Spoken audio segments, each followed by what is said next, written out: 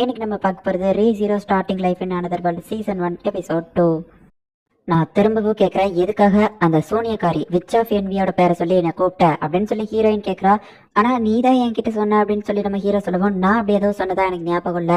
அதுவும் அந்த சூனியக்காரி பேரை சொல்கிறது எவ்வளோ தப்பு தெரியுமா அப்படின்னே சுற்றி இருக்கிறவங்களாம் ஆமா தம்பி நீ அந்த பொண்ணை ரொம்ப டீஸ் பண்ணிட்ட அப்படின்னு சொல்கிறாங்க. சரி ஓகே எனக்கு வேலை இருக்கு நான் கிளம்புறேன் அப்படின்னு சொல்லிட்டு நம்ம ஹீரோயின் போகவும் பார்த்தா அந்த ஃபெல்ட் போயிட்டு அவகிட்ட பிட் பாக்கெட் அடிச்சுட்டு போயிருந்தா. இதுக்காக தான் நீ வந்து என்கிட்ட பேசினியா, என்ன டைவர்ட் பண்ணிட்டு என்கிட்ட இருந்து பிட் பாக்கெட் அடிக்கலான்னு பார்த்தீங்களா அப்படின்னு சொல்லி நம்ம ஹீரோயின் ஹீரோவை தப்பா நினைச்சிட்டு அங்கேருந்து போகவும் நான் அப்படி எதுவும் பண்ணல அப்படின்னு சொல்லிட்டு நம்ம ஹீரோ பின்னாடியே போறான். அவங்க ரொம்ப ஃபாஸ்டா போயிருந்தாங்க. நம்ம ஹீரோவால அவ்வளவு ஃபாஸ்டா ஓட முடியல. கடைசியில பார்த்தா அந்த 3 பேர் நேத்து தானடா உங்களை அடிச்சேன், உங்களுக்கு வேலை சோழியே இல்லையா, எனக்கு ஒரு வேலை இருக்கு அப்படின்னு சொல்லிட்டு நம்ம ஹீரோ கிளம்புவோம். அவன் முதுகுலயே ஒருத்த குத்திருந்தான். அவ்வளவுதான், நம்ம ஹீரோக்கு இப்பவும் நிறைய பிளட் லாஸ் ஆகுது. போலீஸ் வந்தா மாட்டிப்போ அப்படின்னு சொல்லிட்டு அந்த 3 பேரும் அங்கிருந்து ஓடிட்டாங்க. நம்ம ஹீரோ அப்படியே சாகர கண்டிஷனுக்கு போறான். கடைசியில இறந்து போயிருந்தான். அந்த ஆப்பிள் கடை முன்னாடியே திரும்பவும் வாரான். நீங்க எனக்கு இதுக்கு முன்னாடி பாத்திருக்கீங்களா அப்படின்னு கேட்கவும், இல்லையா இப்பதான் அவனை பாக்குறேன் அப்படின்னு. எஸ், என்கிட்ட காசு இல்லை அப்படிங்கவும் அப்ப போடா அப்படின்னு அவர் சொல்லுதாரு. இப்ப இவனுக்கு எல்லாமே புரிஞ்சு போச்சு. சோ அப்ப இதுதான் என்னோட பவர், என்னால இறந்து போனா திரும்ப உயிரோட வர முடியும், அதுவும் ஒரு குறிப்பிட்ட டயத்துல.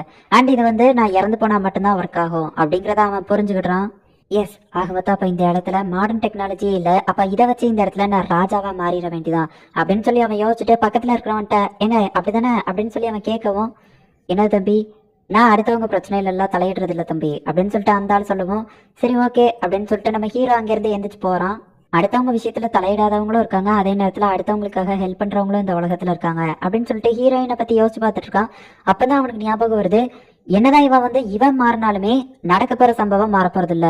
எப்படியும் அவ பிட் பாக்கெட் அடிக்கதான் செய்தா, அப்ப நம்ம ஹீரோயின் இறக்கதான் போறா அப்படின்னு சொல்லிட்டு இப்ப எப்படியாச்சும் ஹீரோயினை காப்பாத்தணும் அப்படின்னு சொல்லிட்டு நம்ம ஹீரோயினை தேடி ஓடுறான். எப்படியாச்சும் எல்லாரையும் காப்பாத்தணும் அப்படின்னு சொல்லிட்டு இப்ப அந்த பழக்கடைக்கார்ட்ட போயிட்டு இங்க ஏதாச்சும் பிட் பாக்கெட் நடந்துச்சா அப்படிங்கவும், பழம் வாங்க மாட்டான் ஆனா இன்ஃபர்மேஷன் மட்டும் சொல்லணுமா. ஆமா இன்னைக்கு ஒரு பிட் பாக்கெட் நடந்துச்சு, ஆனா வழக்கத்தோட வித்தியாசமா இருந்துச்சு, அந்த பத்தியா ஓட்ட மேஜிக் எல்லாம் யூஸ் பண்ணாங்கப்பா அப்படின்னு அவர் சொல்லவுமே, நான் உங்ககிட்ட பழம் வாங்கல, இருந்தாலும் எனக்கு இன்ஃபர்மேஷன் கொடுத்ததுக்கு தேங்க்ஸ்ங்க அப்படின்னு நம்ம ஹீரோ சொல்லவும், என்னோட குழந்தை தொலைஞ்சு போயிட்டா உன்ன மாதிரி ஒரு பையன் தான் காப்பாத்தி கொடுத்தான், அதனாலதான் உனக்கு இந்த ஹெல்ப் பண்றேன் அப்படின்னு அவர் சொல்றாரு. சரி ஓகே தேங்க்ஸ் அப்படின்னு சொல்லிட்டு அவன் கிளம்புறான். எப்படியாச்சும் ஃபெல்ட் கிட்டே இருந்து அந்த இன்சிக்னியாவை வாங்கி சட்டலா கிட்ட கொடுத்துடணும் அப்படின்னா அந்த பிரச்சனையே நடக்காது. முதல்ல அவ பேரு சட்டலாவே இல்ல, பேர் என்னங்கிறத ஃபர்ஸ்ட் கண்டுபிடிக்கணும் அப்படின்னு நம்ம ஹீரோ யோசிச்சு போயிட்டு இருக்கும்போது அதே 3 பேர் போறாங்க. ஏண்டா உங்க முட்டா மூஞ்சி எல்லாம் 3 தடவை பார்த்ததுக்கு அப்புறம் எனக்கு என்ன பண்ணணும்னு புரிஞ்சுட்டு அப்படின்னு காப்பாத்துங்க அப்படின்னு சொல்லிட்டு பொண்ணு வயசுல நம்ம ஹீரோ கத்த ஆரம்பிக்கிறான். ஏன்னா இவங்க போன தடவை போலீஸ் வந்துருவாங்கன்னு சொல்லிட்டு ஓடி போனாங்க. சோ கண்டிப்பா இந்த உலகத்துல செக்யூரிட்டி மாதிரி யாராச்சும் இருப்பாங்க அப்படின்னு சொல்லிட்டு நம்ம ஹீரோ காப்பாத்துங்க அப்படின்னு சொல்லி கத்திட்டு இருக்கான். இவன் நினைச்ச மாதிரியே அங்க ஒருத்த வாரா. இவன் முடி ரெட் கலர்ல இருக்கு, இது லயன் ஹார்ட் தானே அப்படின்னு சொல்லிட்டு அந்த 3 பேரை பயந்துட்டு இருக்காங்க. நீங்க பயப்பட தேவையில்ல, நீங்க என்கிட்ட பிரச்சனை பண்ணலன்னா நான் உங்களை எதுவும் பண்ண மாட்டேன் அப்படின்னு சொல்லிட்டு அவன் சொல்லவுமே, நீங்க நினைக்கிற அளவுக்கு நாங்க ஒன்றும் பெரிய ஆள் இல்லைங்கய்யா அப்படின்னு சொல்லிட்டு அந்த 3 பேர் ஓடிடுறாங்க. உடனே நம்ம hero thanks from the bottom of my heart அப்படின்னு சொல்லவும், எதுக்கு, இது என்னோட கடமை அப்படின்னு அவன் சொல்றான். அது போக நம்ம 2 பேர் இருக்கோம், அதனாலதான் அவங்க பயந்து ஓடிட்டாங்க அப்படின்னு சொல்லிட்டு அவன் நம்ம ஹீரோவையும் விட்டு கொடுக்காம பேசுறான். நீங்க மாஸ்டர் ஸ்வாட்ஸ்மேன் அவங்க சொன்னாங்களே, எனக்கு ரொம்பவே தேங்க்ஸ் வந்து ஹெல்ப் பண்ணதுக்கு அப்படின்னு சொல்லிட்டு நம்ம ஹீரோ சொல்றான். ஆமா உங்க ட்ரெஸ்ஸை பார்த்தா வந்து போலீஸ் ஆஃபீஸர் மாதிரி தெரியல அப்படின்னு நம்ம ஹீரோ கேட்கவும், நான் இன்னைக்கு ஆஃப் டியூட்டில இருக்கேன், அதான் யூனிஃபார்ம் போடல அப்படின்னு அவன் சொல்றான். அப்ப அந்த லைன் ஹார்ட் நம்ம ஹீரோவை பார்த்து, உன்னோட ஹேர் கட் ட்ரெஸ் எல்லாம் பார்த்தா வித்தியாசமா தெரியுது, நீ இந்த இடத்துக்கு புதுசுன்னு நினைக்கிறேன், ஏதாச்சும் ஹெல்ப் பண்ணணும்னா சொல்லு அப்படின்னு அவன் சொல்லவும், ஆக்சுவலி நீங்க எனக்கு ஒரு ஹெல்ப் இல்ல வேண்டாம், நீங்களே ஆஃப் டியூட்டில இருக்கீங்க, நான் உங்களை டிஸ்டர்ப் பண்ண விரும்பல அப்படின்னு சொல்லிட்டு கொஞ்ச தூரம் நடந்து போயிட்டு எனக்கு ஒரு சின்ன ஹெல்ப் மட்டும் பண்ணுங்க. எனக்கு அந்த பொண்ணோட பேர் கரெக்டா தெரியாது, அவ வந்துட்டு ஒயிட் ரோப் சில்வர் ஹேர்ல இருப்பா அப்படின்னு சொல்லவும், அப்படி யாரையும் பார்த்தது இல்லையா, அவ அழகாவும் இருப்பா, ஒருவேளை நீங்க அவளை பாத்தீங்க அப்படின்னா அந்த லோட் ஹவுஸ் கிட்ட வர வேணாம்னு சொல்லுங்க, அவளுக்கு தேவையான பொருளை நான் வந்து கொடுக்குறேன்னு சொல்லிருங்க அப்படின்னு சொல்லிட்டு நம்ம ஹீரோ அங்க இருந்து கிளம்பிடுதான். ஃபெல்ட்டோட வீடு எங்க இருக்குன்னு ஒருத்தன்ட்ட விசாரிச்சு இப்ப ஃபெல்ட்டோட வீட்டுக்கு போயிட்டு இருக்கான். எப்படியாச்சும் நைட் ஆகிறதுக்கு முன்னாடி இந்த போனை கொடுத்துட்டு நான் அந்த இன்சிக்னியாவை வாங்கணும் அப்படின்னு இவன் பேசிட்டு போயிட்டு இருக்கும்போது பார்த்தா ஒரு பொண்ணு மேல போய் மோதவும், பாத்துங்க அப்படிங்கவும், சாரி மேடம் அப்படின்னு இவன் சொல்லிட்டு பார்த்தா அது எல்சா. அப்படியே ஷாக் ஆகுறான். எதுக்கு தம்பி பயப்படுது அப்படின்னு கேட்கவும், நான் பயப்படலையே அப்படின்னு அவன் சொல்றான். உன்னோட சென்ஸ் ஸ்மெல்லே தெரியுது, நீ பயத்திலயோ கோபத்திலயோ இருக்கன்னு, ஆனா எதுக்காக அப்படி இருக்கன்னு தெரியல, சரி நான் போயிட்டு வரேன் அப்படின்னு சொல்லிட்டு அவ அங்க இருந்து கிளம்பிடுதா. ஆமாங்க உங்களை மாதிரி அழகானவங்க எல்லாம் கோவப்பட்டா அவங்களோட அழகெல்லாம் வீணா போயிரும் அப்படின்னு சொல்லிட்டு நம்ம ஹீரோ சொல்லுவோம். கரெக்டா சொன்ன அப்படின்னு சொல்லிட்டு நம்ம ஹீரோ கிட்ட அவ கொஞ்சம் ரொமான்டிக்கா பேசிட்டு அங்க இருந்து கிளம்பிடுதா. அப்பாடா ஒரு வழியா தப்பிச்சா அப்படின்னு சொல்லிட்டு இப்ப ஃபெல்ட் வீட்டை போய் பாக்குறான். போய் இந்த வீட்லயா ஒருத்தி வாழுதா அப்படின்னு சொல்லிட்டு வீட்டுக்குள்ள போய் பார்த்துட்டு இருக்கும் போதே பின்னாடி வந்துட்டு ஃபெல்ட் வந்துருதா.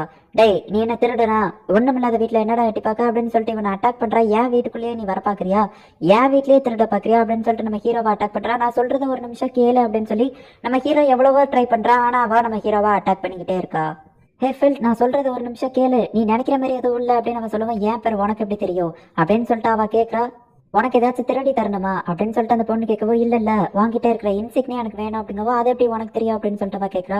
எப்படியோ தெரியும், எனக்கு அந்த இன்சிக்னியா வேணும் அப்படிங்கவோ, அதுக்கு நீ ஃபர்ஸ்ட் துட்டு தரணும் அப்படிங்கவோ, என்கிட்ட துட்டு இல்ல, அதுக்கு பதில் ஒன்று இருக்கு அப்படின்னு சொல்லிட்டு இது மீடியம் டிவைஸ் அப்படின்னு அவளை போட்டோ எடுத்து காட்டுறா. எப்படி இது 20 ஹோலி காயின்ஸ்க்கு மேலவே தான் போகும், உனக்கு எப்படி இருந்தாலும் லாபம் தான், ஸோ எனக்கு அந்த இன்சிக்னியாவை தான் அப்படின்னு கேட்கவும், எனக்கு அதோட விலை எவ்வளோன்னு தெரியல, ஸோ ராஸ் அப்படிங்கிற ஒருத்தரோட கடைக்கு போய் கேட்போம் அப்படின்னு சொல்லவோ, ஆக மொத்த கடைசியில் அங்கதான் போக வேண்டியது இருக்குல்ல, சரி வா போவோம் அப்படின்னு சொல்லிட்டு அவளை ஃபாஸ்டா இழுத்துட்டு போயிட்டு இருக்கான். அம்மா எதுக்காக நீ இந்த திருடுற தொழில பண்ற அப்படின்னு கேட்கவும், ஏழையா பிறந்தது ஏன் தப்பு இல்ல, ஆனா சாகும்போது ஏழையாவே செத்தனா அது என்னோட தப்பு தான், அதுக்குள்ள எப்படியாச்சும் பணக்காரியா மாறணும், நான் ஒரு பொண்ணு அப்படிங்கிறதுனால ஒன்னு தப்பான தொழில் பண்ணணும், இல்லைன்னா திருடணும், அதனாலதான் நான் திருடினேன், எனக்கு பேரண்ட்ஸ்னு யாருமே இல்ல அப்படின்னு சொல்லிட்டு அவன் ஃபீல் பண்ணும்போது அப்பதான் அவன் யோசிச்சு பாக்குறான்.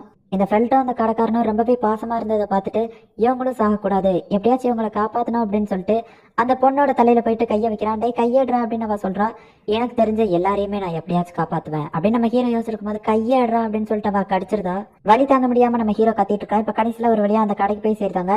இதுதான் மீடியம் டிவைஸா, நான் பார்த்ததே இல்லை அப்படின்னு சொல்லவும், ஆமாங்க இது நிறைய தொட்டு போகும் அப்படின்னு. ஆமா பார்த்தாலே தெரியுது, கண்டிப்பா இப்படியே 20 ஹோலி காயினுக்கு மேல போகும் அப்படின்னு சொன்னோடனே, அப்புறம் என்ன டீலிங் முடிஞ்சது, வாங்க சார் கடிச்சு பார்ட்டி கொண்டாடலாம் அப்படின்னு சொல்லிட்டு நம்ம ஹீரோ போகவும், ஹே ஒரு நிமிஷம் வெயிட் பண்ணு, இந்த இன்சிக்னியாவை நீங்க ஏன் அதிக காசு கொடுத்து வாங்க ட்ரை பண்றீங்க அப்படின்னா, ஒருவேளை இது இன்னும் அதிக ரேட் போகுமோ அப்படின்னு சொல்லி அந்த பொண்ணு யோசிக்கவும், ஹே ஃபெல்ட் இங்க பாரு, நீ தப்பா புரிஞ்சுக்கிட்ட, உன்கிட்ட வாங்க வரப்போற அந்த லேடி கிட்டயும் 20 ஹோலி காயின்ஸ்க்கு மேல இருக்காது அப்படின்னு நம்ம ஹீரோ சொல்லவும், அது எப்படி உனக்கு தெரியும், அப்ப நீ அவளோட ஆப்போசிட் பார்ட்டியா, அவ வந்ததுக்கு அப்புறமே நம்ம இந்த டீலிங்க பேசிக்கலாம் அப்படிங்கவும், இங்க பாரு ஃபெல்ட், நான் இதை அதோட ஓனர் கிட்டே தான் கொடுக்க போறேன், ஸோ ப்ளீஸ் தயவு செஞ்சு தந்துரு அப்படின்னு சொல்லி நம்ம ஹீரோ கேட்கவும், அந்த கடைக்காரன் இவன் சொல்றது பொய் மாதிரி தரல, இவன்ட்டே கொடுத்துரு அப்படிங்கவும், உன்னோட நடிப்புக்கெல்லாம் நான் ஏமாற மாட்டேன் அப்படின்னு அவ பேசிட்டு இருக்கும் போதே பார்த்தா கதவை தட்டுற சவுண்டு கேக்கு.